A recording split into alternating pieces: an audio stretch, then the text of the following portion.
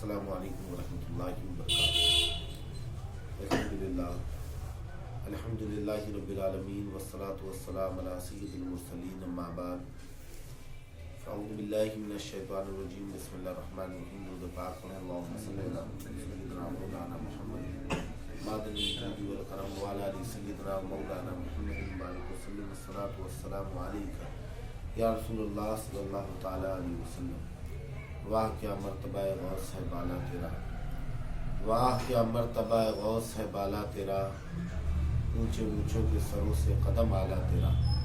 واہ کیا مرتبہ غوث ہے بالا تیرا، اونچے اونچوں کے سروں سے قدم آلا تیرا۔ سر بھلا جانے کوئی کیسا تیرا، سر بھلا جانے کوئی کیسا تیرا، اولیاء ملتے آنکھیں ہوئے تلوا تیرا۔ اے دستغیر عالم دستم چناب غیر، اے دستغیر عالم دستم چناب غیر، دستم چناب غیر ہوین دستغیر۔ اے دنیا کی مدد فرمانے والے یا سرکار سیدی غوث العظم دستغیر، میری مدد کچھ اس طرح فرمائے کہ لوگ آپ کو دستغیر کریں۔ الحمدللہ اللہ اور اس کے حبیب صلی اللہ تعالی علیہ وسلم کی فضل و کرم سے ہم گناہ گار بندے آج پھر اپنی اس 7ویں محفل میں، 7ویں ذکر غوثیہ کی محفل میں حاضر ہیں، اور یہ اللہ کا فضل و کرم ہے کہ غوث الورا کی محبت، اللہ کے رسول صلی اللہ علیہ وسلم کی آل کی محبت سے اللہ نے ہمارے دلوں کو روشن کیا، اور آج ہم محبوب سبحانی قطب ربانی حضور پر نور سرکار سیدی غوث العظم کی زندگی سے فیض و برکات حاصل کرتے ہوئے آج اپنی 7ویں محفل میں حاضر ہیں۔ الحمدللہ اللہ تبارک و تعالیٰ کا کرم ہے کہ اس نے ہمیں سرکار غوث پاک رضی اللہ تعالی عنہ کی زندگی کی تشریف آوری، زندگی شروع ہونے سے پہلے، اس دنیا میں آنے سے پہلے تقریباً 400 ساڑھے 400 سال پہلے کبھی امام جعفر صادق، کبھی خواجہ حسن بصری، کبھی ویس کرنی، کبھی جنید بغدادی، کبھی سری سختی، تمام تر ان اولیاء کرام کے ذریعے سرکار غوث پاک کی اس دنیا میں تشریف آوری کی بشارتیں عطا فرمائی، اور جب اس دنیا میں تشریف لے آئے تو بچپن پہ آپ پہ جو اللہ کا خاص فضل و کرم رہا،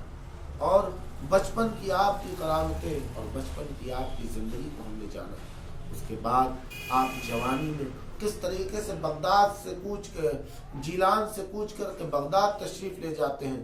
اور اپنی زندگی کا وہ دور جو آپ علوم ظاہری کو حاصل کرنے میں گزارتے ہیں، ہم نے اس کو جانا۔ پھر اس کے بعد آپ علوم باطنی کو حاصل کرنے کے لیے جب بغداد سے نکل کے بغداد کے صحرا اور خنرات میں اپنے وقت کو گزارتے رہے، آپ کی عبادت، آپ کی ریاضت، آپ کی مجاہدہ، آپ کی نفس خوشی، آپ نے کس طریقے سے شیطان کو شکست دی، اور تمام تر ولایت کے جو بڑے درجات ہیں ان کو حاصل کرتے ہوئے جب غوثیت کے مرتبے پہ فائز ہوئے، جب قطبیت کے مرتبے پہ فائز ہوئے، جب اللہ نے تمام اپنے کمال سے سرکار غوث پاک کو نواز دیا، تو غوث پاک پھر واپس بغداد تشریف لاتے ہیں، بستی میں آتے ہیں۔ جب بستی میں تشریف لاتے ہیں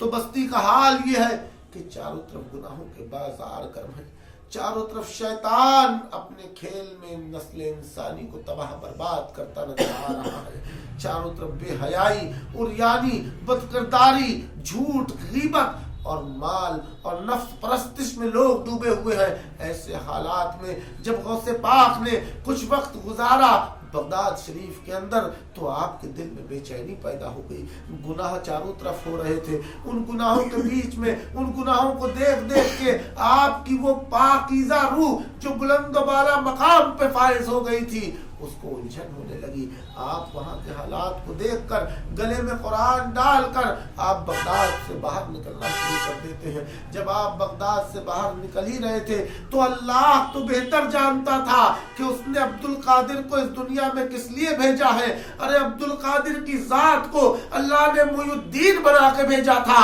کہ جس کے آنے سے دین کے دشمن جل کے راکھ ہو جائیں گے، جس کے آنے سے دین پھر سے زندہ ہو جائے گا۔ تو عبد القادر کو تو اللہ نے پیدا کیا تھا کہ دین کو زندہ کرنے کے لیے، اور عبد القادر کیسے اب آج بستی کو چھوڑ کے چلے جاتے۔ عبد القادر جیلانی غوث پاک نے گلے میں قرآن ڈالا اور دل میں جیسے ہی یہ ارادہ کیا ہے اور نکلنا شروع کیا ہے بغداد سے، تو ہاتف غیبی سے آواز آتی ہے، اے عبد القادر کہاں چل دیے؟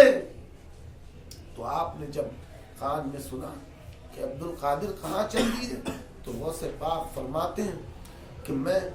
یہاں پر اتنا فتنہ اور فساد ہے کہ میں یہاں پر نہیں رہنا چاہتا، مجھے اپنے ایمان اور اپنے دین کا خطرہ ہے۔ تو آواز آئی تو آپ سے کہا گیا کہ اے عبد القادر واپس جائیے۔ سرکار غوث پاک نے جواب میں کہا کہ مخلوق کا مجھ پر کیا حق ہے کہ میں اس کی خاطر اس فتنے اور فساد کے شہر میں رہوں؟ کیا حق ہے مخلوق کا میرے اوپر کہ میں اس مخلوق کے لیے اپنا دین اپنا ایمان خطرے میں ڈالوں؟ تو غیب سے آواز آتی ہے کہ تم بہتر ہو ان سب امتوں میں جو لوگوں میں ظاہر ہوں۔ پارہ 4 کی آیت نمبر 3 میں، تم بہتر ہو ان سب امتوں میں جو لوگوں میں ظاہر ہوں، بھلائی کا حکم دیتے ہو اور برائی سے منع کرتے ہو اور اللہ پر ایمان لاتے ہو۔ تو جب یہ آواز آتی ہے اور پھر آواز آتی ہے کہ عبد القادر مخلوق کا تمہارے اوپر بہت بڑا حق ہے، اس کو ہدایت دینا تمہاری ذمہ داری ہے۔ کم و بیش 1,24,000 نبی اس دنیا میں آئے، لیکن ان امتوں ان نبیوں کی جو امتی تھے اس میں نبیوں کا کام تھا صرف لوگوں کو برائی سے روک کے نیکی کی دعوت دینا، امتیوں کا کام نہیں تھا۔ یہ امت محمدیہ کا شرف اور عزت ہے کہ امت محمدیہ میں ہر فرد کا یہ کام ہے کہ لوگوں کو برائی سے روکے اور نیکی کی دعوت دے۔ مخلوق کا تمہارے اوپر بہت بڑا حق ہے، اس کو ہدایت دینا تمہاری ذمہ داری ہے۔ تم اسی جگہ پر رہو، اللہ تمہارے دین اور ایمان کی حفاظت کرے گا۔ سبحان اللہ۔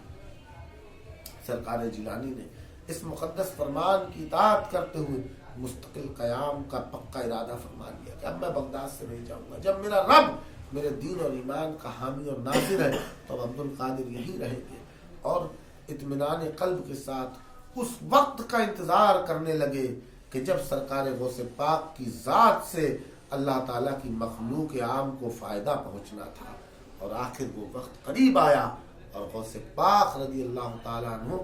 الحمدللہ اللہ کے رسول صلی اللہ تعالیٰ علیہ وسلم کے حکم سے اور مولا کائنات شیر خدا کے حکم سے منبر پر بیٹھتے ہیں اور واعظ کرنا جب شروع کرتے ہیں تو ان کی تقریریں، ان کے واعظ جو آج کے تقریباً 1000 سال پہلے آپ نے فرمائے، آج بھی ان کے غلام، آج بھی قادری غلام اس کام کو سر انجام دیتے ہوئے نظر آ رہے ہیں جس کام کو آج کے تقریباً 1000 سال پہلے غوث پاک نے ابتدا کی تھی۔ لوگوں کو برائی سے روکنا، نیکی کی دعوت دینا، یہ نبیوں کا طریقہ ہے، یہ صحابہ کا طریقہ ہے، لیکن غوث پاک کے غلام جتنا اس کام میں آگے رہے باقی اور دوسرے میں وہ نظر نہیں آتا۔ تو غوث پاک کے غلام آج بھی پوری دنیا کے اندر اس کام کو سر انجام دیتے چلے آ رہے ہیں کہ جس کی ذمہ داری غوث پاک تک آئی اور پھر غوث پاک نے جسے آگے بڑھایا۔ تو الحمدللہ کس طرح غوث پاک نے واعظ کرنا شروع کیا اور کس طریقے سے آپ کی محفل میں انسان اور جناتوں کا مجمع ہوا کرتا تھا، پھر آپ کی عبادتیں، پھر جانشینی کا خرقہ جو آپ کو عطا کیا گیا، پھر آپ کیسے مدرسہ نظامیہ کے مالک ہوئے اور لوگوں کو پڑھانا شروع کیا، اور پھر جو غوث پاک کی علمی شان کا ڈنکا بجا، اور اس کے بعد غوث پاک نے جو 91 سال کی عمر تک واعظ فرمایا۔ الحمدللہ یہ تمام چیزیں ہم آنے والے وقت میں جانیں گے۔ اللہ تبارک و تعالیٰ کی بارگاہ میں دعا ہے مولا تبارک و تعالیٰ ہم سبھی کو کہنے سے زیادہ سننے کی اور سننے سے زیادہ عمل کرنے کی توفیق عطا فرمائے۔ وما علینا الا البلاغ، استغفر اللہ ربی من کل ذنب واتوب الیہ، حق لا الہ الا اللہ محمد رسول اللہ صلی اللہ علیہ وسلم۔